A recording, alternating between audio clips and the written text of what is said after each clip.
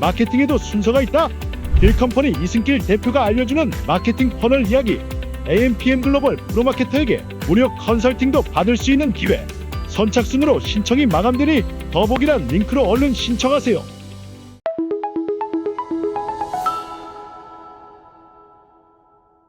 안녕하세요. 저는 브랜딩과 매출을 동시에 잡는 AMPM 글로벌 김지호 마케터입니다. 오늘 제가 GAQ 자격증 설명에 대해 맡게 되었는데요. 이번 편만 잘 따라오시면 충분히 따실 수 있으니 따라오세요. 안녕하세요. 저는 AMPM 글로벌의 브랜딩과 마케팅을 동시에 잡는 동방선장 마케터 전략지향 3팀 김지호 대리입니다.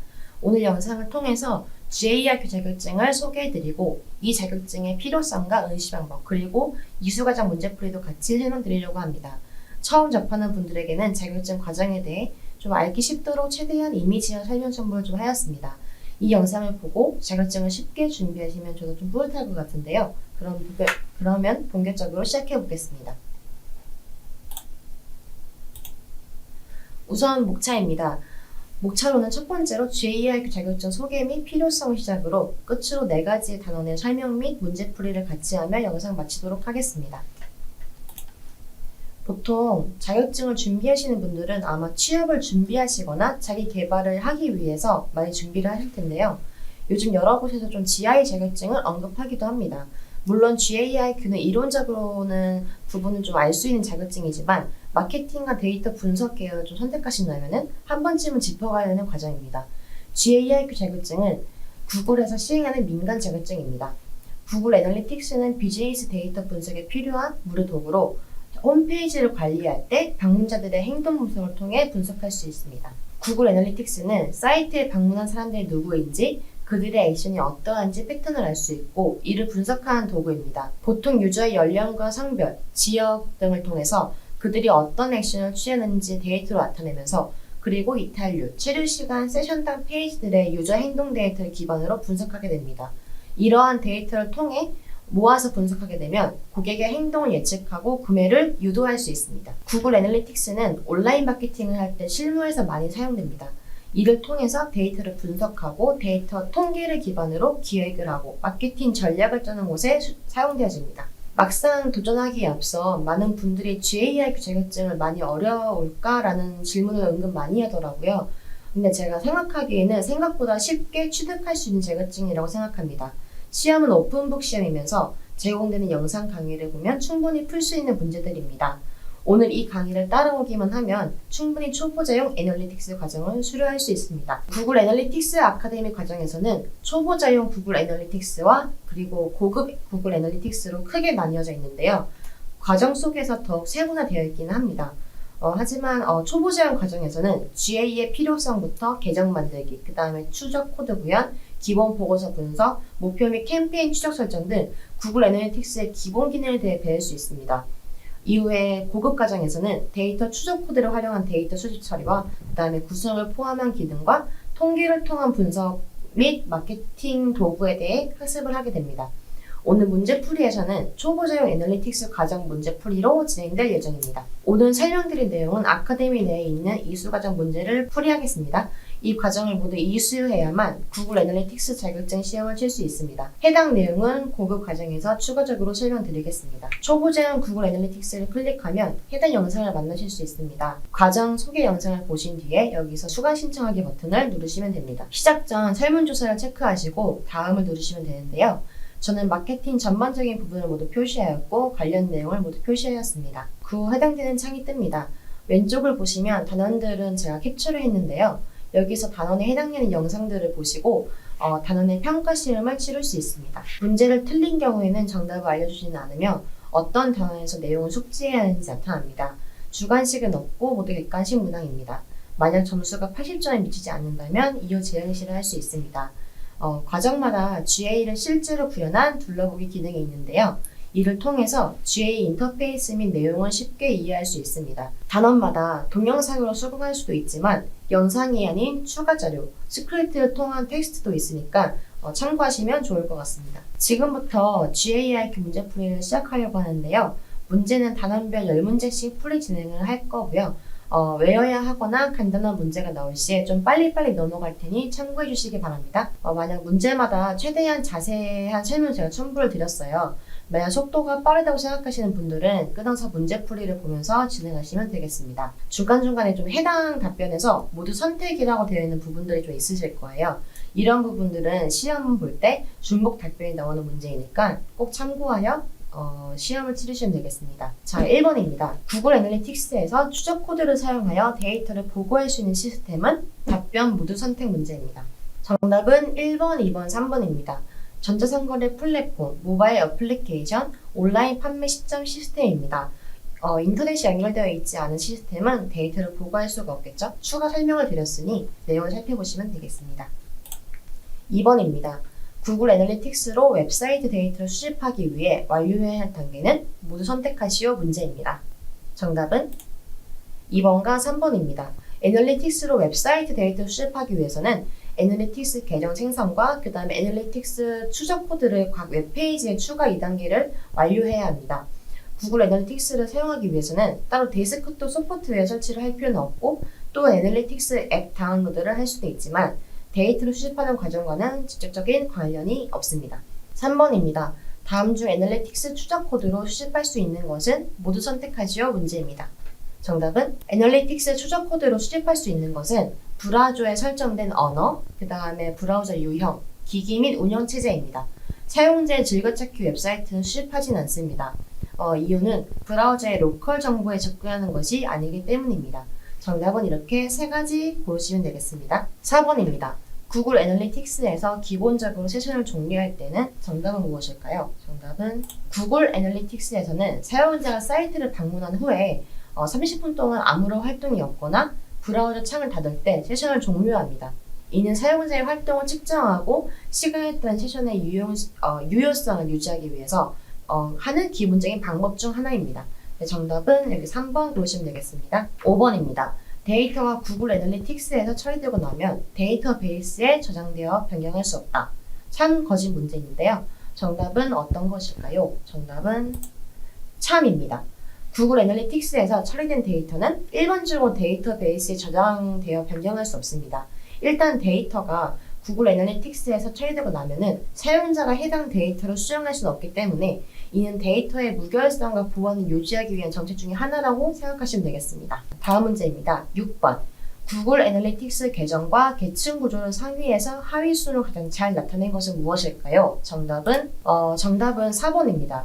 보시면은 애널리틱스의 계정 계층 구조를 상위에서 하위로 나타낸 것은 지금 4번으로 지금 보시면 되는데요. 요거는 제가 조금 쉽게 외우기 위해서 계속 보기로 외우시면 쉬울 것 같습니다. 다음 문제입니다. 7번. 계정 수준에서 수정 권한을 가진 사용자가 자동으로 수정 권한을 갖게 되는 수준은 어떤 것이 있을까요? 정답은 이 문제 또한 좀 제가 외우는 게 빠를 것 같아서 약간 좀 외우는 방법을 제가 하나 가져왔습니다. 수정 권한을 갖게 되는 건 속성 보기인데요. 여기서 속보라고 외우시면 좋을 것 같습니다. 8번. 속성의 애널리틱스 추적 코드를 찾으려고 할 때 따라야 할 작업 순서는 어떤 것이 있을까요? 정답은 2번입니다. 추적 코드는 웹사이트나 앱에 설치되어 방문자의 활동을 추적하는 데 사용이 되는데요. 이 코드를 삽입하면은 구글 애널리틱스가 방문자의 행동을 좀 분석을 하고 이해할 수 있게 됩니다. 그래서 저는 이제 추코라고 외웠거든요. 추정 관리 이런 식으로 이제 외워보시면 좋을 것 같습니다. 9번입니다. 애널리틱스를 사용하여 웹사이트 데이터를 수집하려는 경우 웹사이트 페이지 HTML에 추가해야 할 것은 무엇이 있을까요? 자, 정답은 3번. 구글 애널리틱스 추적 코드입니다. 추적 코드를 웹사이트 HTML에 추가하면 방문자의 활동을 추적하고 데이터를 수집할 수 있습니다. 10번. 데이터를 수집하려는 경우 웹페이지 HTML에서 애널리틱스 추적 코드를 추가해야 할 위치는 어떤 게 있을까요? 정답은 구글 애널리틱스 추적 코드를 웹페이지에서 여는 헤드 태그 바로 뒤에 추가하는 것이 가장 일반적인 방법입니다.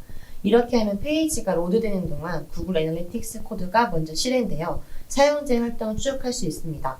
해당 HTML 코드를 참고해서 보시면 좋을 것 같습니다. 단원 2의 1번입니다.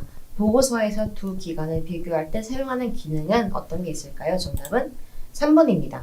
3번 기간 비교인데요. 기간 비교 기능을 사용하면 두 개의 기간을 선택하여 해당 기간 동안의 데이터를 비교할 수 있습니다. 이를 통해서 특정 기간과 이전 기간을 비교하여 변화나 추세를 파악할 수 있는데요. 기간 비교는 보고서의 데이터를 분석하고 비교하는 데 유용한 기능입니다. 2번, 사용자 측정 항목이 측정하는 것은 어떤 게 있을까요? 정답은 2번, 한 번 이상 세션이 실행된 사용자입니다. 사용자라고 하면은 측정 항목은 특정 기간 동안 웹사이트를 방문한 사용자의 수를 측정하는데요. 사용자는 일반적으로 한 번 이상 세션이 실행된 사용자를 의미하기도 합니다. 즉 최소 한 번 이상 웹사이트를 방문한 사용자의 수를 계산합니다. 3번, 구글 애널리틱스에서 이탈률이란 어떤 게 있을까요? 정답은 4번입니다. 이탈률이란 웹사이트 방문자가 해당 페이지를 방문한 후에 추가적인 상호작용 없이 떠난 비율을 의미합니다. 구글 애널리틱스에서 측정 기준에 해당하는 것은 어떤 게 있을까요? 정답은 2번. 더 나은 분석을 위해서 구성할 수 있는 데이터 세트의 속성입니다. 측정 기준은 데이터를 분석하고 이해하는 도움이 되는 정보를 제공하고 보고서를 개선하며 사용자의 행동을 이해하는 데 좀 중요한 역할을 합니다. 그렇기에 답은 2번입니다. 5번. 구글 애널리틱스에서 측정 항목이란 계속 이렇게 많이 반복되고 있죠. 측정 항목이 그만큼 중요하다는 내용입니다. 정답은 4번. 측정 항목이란 어떤 게 있을까요? 구글 애널리틱스에서는 추적하고 분석하는 데이터의 실질값이 포함됩니다. 방문자 수, 페이지 뷰, 평균 세션 지속 시간, 전환수 등이 측정 항목에 해당이 되는데요. 사용자의 행동과 웹사이트의 성능을 이해하는 데 중요한 지표를 제공합니다. 다음 문제 6번. 구글 애널리틱스에서 보조 측정 기준에 해당하는 것은 어떤 게 있을까요? 정답은 3번입니다. 보다 구체적인 분석을 위해 보고서에 추가할 수 있는 추가 측정 기준인데요. 요건 측정 기준을 똑같은 단어가 나오니 외우기 쉽겠죠? 7번. 보고서, 데이터를 웹사이트 평균과 비교하는 구글 애널리틱스 시각화는 정답은 비교보기입니다. 비교보기는 구글 애널리틱스에서 제공되는 시각화 옵션 중에 하나입니다. 이거는 그냥 바로 알 수 있겠죠? 8번. 샘플링된 구글 애널리틱스 보고서의 데이터량을 늘릴 수 있는 방법은 어떤 게 있을까요? 정답은 4번. 데이터 양이 많은 경우에 일부 데이터를 샘플링하여서 보고서를 생성합니다. 보다 정확한 데이터를 원하신다면 샘플링 풀다운 메뉴에서 높은 정확도를 선택하여 샘플링된 데이터 양을 늘릴 수가 있습니다. 이를 통해서 더 많은 데이터 기반으로 보고서를 생성할 수 있습니다. 정답은 4번입니다. 그 다음 9번. 대시보드에서 템플릿 링크 공유를 선택하는 경우 공유되는 것은 어떤 게 있을까요? 정답은 대시보드만입니다.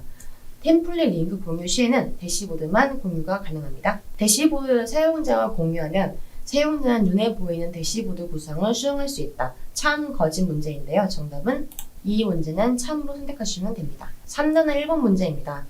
인구 통계 및 관심 분야 보고서에서 데이터를 보려면 어떤 설정을 사용해야 합니까? 라고 했는데요. 정답은 해당 데이터를 보려면 광고 기능 설정을 사용해야 합니다.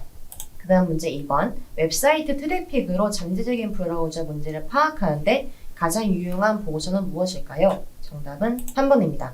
브라우저 및 OS 보고서인데요. 이 보고서를 통해서 웹사이트 방문자들이 어떤 브라우저를 사용하는지 그리고 어떤 운영체제를 사용하는지에 대한 정보를 얻을 수가 있습니다. 이를 통해서 좀 특정 브라우저나 운영체제에서 발생하는 문제를 식별하고 해결할 수 있는 그런 장점이 있습니다. 3번. 웹사이트를 보는데 사용된 휴대기기의 종류를 파악할 수 있는 보고서는 어떤 게 있을까요? 정답은 4번. 모바일의 기기 보고서입니다. 이 보고서를 통해서 웹사이트 방문자들이 어떤 종류의 휴대기기를 사용하는지에 대한 정보를 확인할 수가 있습니다. 이는 모바일 사용자 경험을 개선하고 모바일 트래픽을 최적화하는 데 도움이 됩니다. 4번. 내 사이트를 방문하는 각 사용자에 대해 구글 애널리틱스에서 자동으로 캡처하는 트래픽 소스 측정 기준은 무엇일까요? 정답은 3번입니다. 내 사이트를 방문하는 각 사용자에 대해서 구글 애널리틱스에서 자동으로 캡처하는 트래픽 소스 측정 기준은 소스, 매체, 캠페인 이름입니다. 5번. 구글 애널리틱스에서 사용할 수 있는 소스는 어떤 게 있을까요? 정답은 이메일 빼고 모든 부분 선택해 주시면 됩니다. 이메일은 일반적으로 소스로 식별되지는 않습니다. 6번.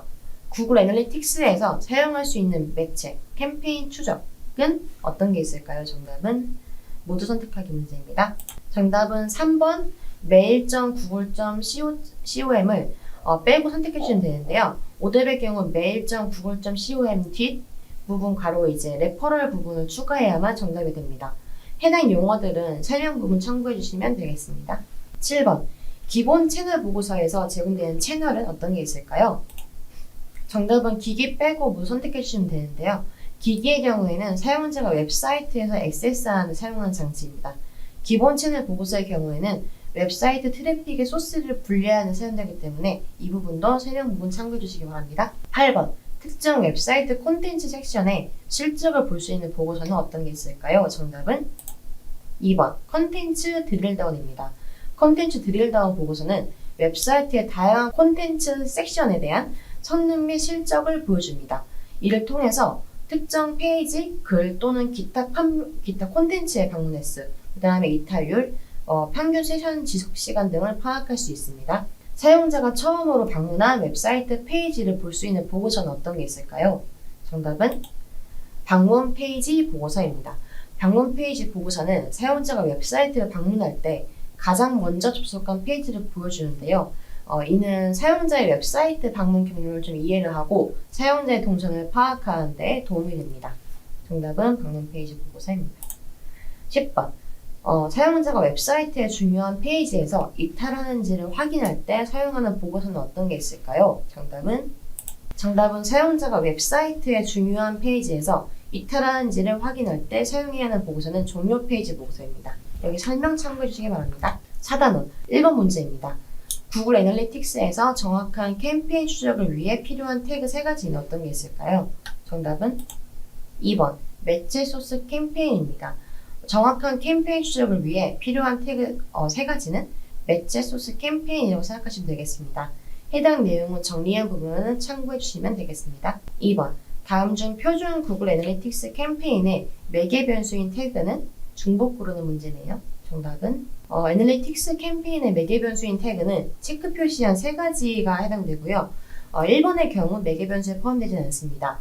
3가지 외우는 게 어렵다고 생각하는 분들은 꼬깔콘이라고 생각하시면 미소콘이라고 외워주시면 좋을 것 같습니다. 제가 만들었습니다. 그 다음 매개 변수 태그 3가지 설명 참고 부탁드립니다. 3번 캠페인 태그를 빠르게 생성할 때 사용해야 하는 도구는 어떤 게 있을까요? 정답은 3번입니다.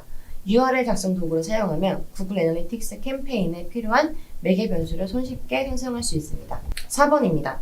다음 중 맞춤 캠페인 매개 변수를 URL에 추가할 때 사용할 수 있는 형식은 중복 선택 문제입니다.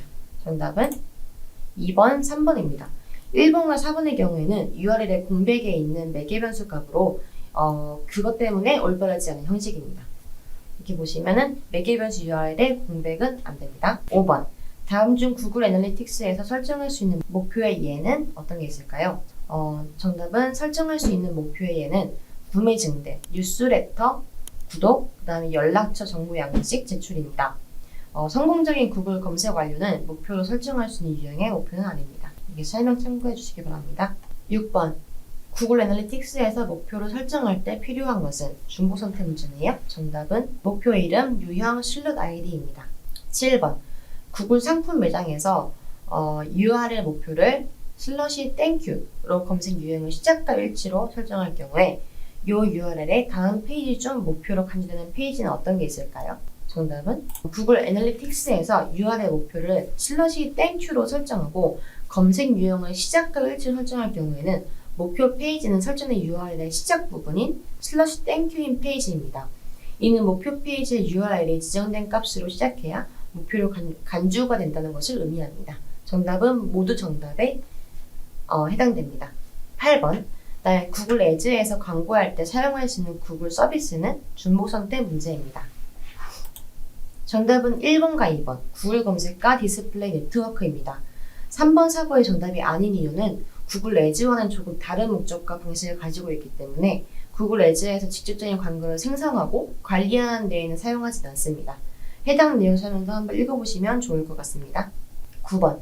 자동 태그 추가를 사용하면 수행된 작업은 어떤 게 있을까요? 정답은 2번입니다. 자동 태그 추가 기능을 사용하면 구글 애즈 캠페인 URL에 구글 애널리틱스 추적 태그가 자동으로 추가됩니다. 이를 통해서 구글 애즈 캠페인에서 유입된 트래픽을 구글 애널리틱스에서 추적하고 분석할 수 있습니다. 이 부분은 많이 사용되고 있는 부분이기 때문에 알아두시면 좋을 것 같습니다. 그 다음에 10번. 어느 입찰가 조정이 전환수 증가를 유도했는지 보여주는 구글 애널리틱스의 구글 에즈 보고서는 어떤 게 있을까요? 정답은 3번 입찰가 조정입니다. 이를 통해서 입찰가 조정이 어떻게 전환수 증가에 영향을 미치는지 파악할 수 있습니다. 자, 여러분.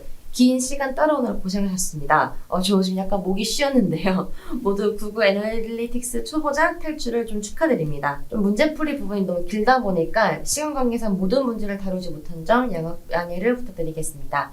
다음 편에는 고급 애널리틱스 버전으로 다시 돌아오겠습니다. 좀 긴 강의 들으셔서 감사합니다. 이번 편까지 초급 애널리틱스에 대해서 설명드렸습니다. 다음 2편에서는 고급 애널리틱스로 다시 찾아오겠습니다. 감사합니다.